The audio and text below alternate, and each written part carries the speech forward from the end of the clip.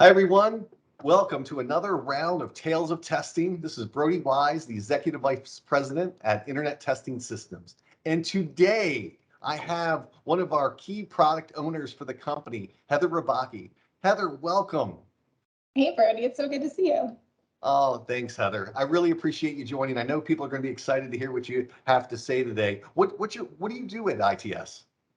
So I'm a part of the product management team here at ITS. So I work closely with our clients to understand their needs and their pain points, and then develop solutions that will address those needs. So my primary focus these days is on our ITS observational assessment solution.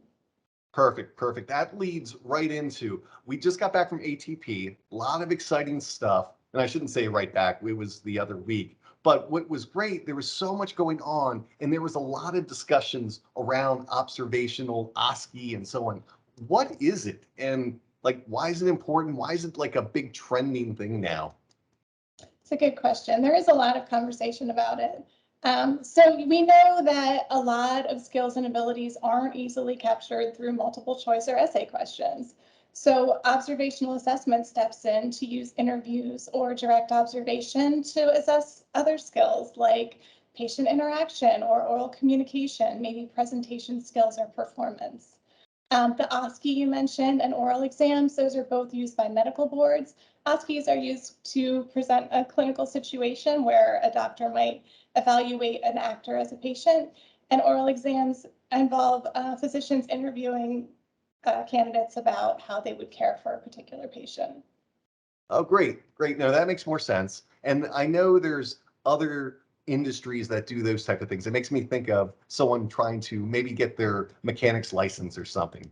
But what comes to mind, Heather, and I don't understand why it's important now, but this is already out there. People already have this type of exam. You developed a platform. Why is it needed? What's the point? Well, I think like everyone, organizations that deliver these types of exams had to pivot over the last few years. Even before that, most of these exams were done in person and on paper and pencil. And so there was a shift to move to more digital and online delivery. And then the pandemic hit, and there was a rush not only to, move to a digital format, but to be able to continue to offer these exams remotely.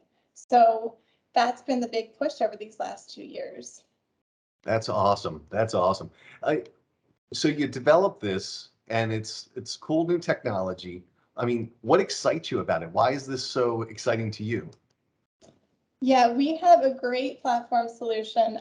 It integrates an oral assessment platform, so the test delivery portion of it, with video conferencing and remote proctoring.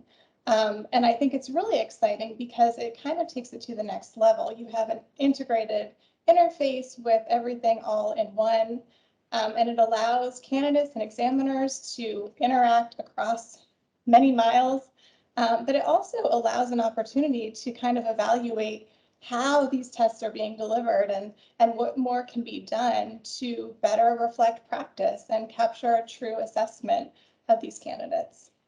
Yeah, that's, maybe I'm just a little biased because it's our company, but what I think is pretty cool is you've described something that is new to the market as a whole. When you go from the in-person only to this, I just think it's crazy powerful. But when you're taking things from in-person to online, there's a lot of change, a lot to think about.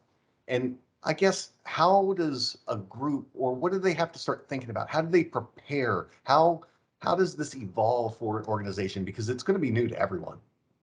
You're right, it is a big change. A lot of times it means taking standard processes that they've been doing for years and years and reevaluating them.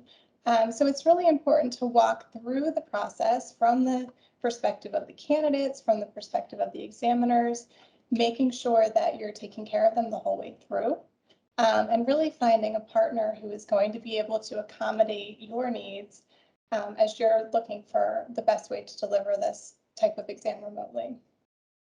Great, thanks, Heather. That was a lot to think about. There's a lot to go on. So I appreciate you coming on today, but you know what? Our listeners, they'd love to have a little bit of advice that comes from these quick discussions. Anything that you want to leave the listeners with?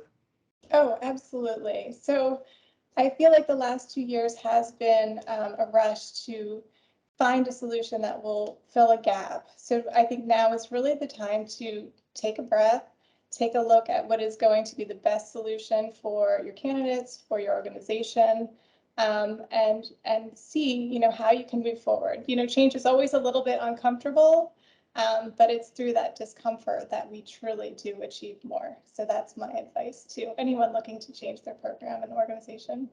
I love it. Let's get uncomfortable. I mean, that's actually what ends up happening when people talk to me. So I totally. Well, Heather, thank you so much. I really appreciate you making the time, and I'll see you next time. Thank you.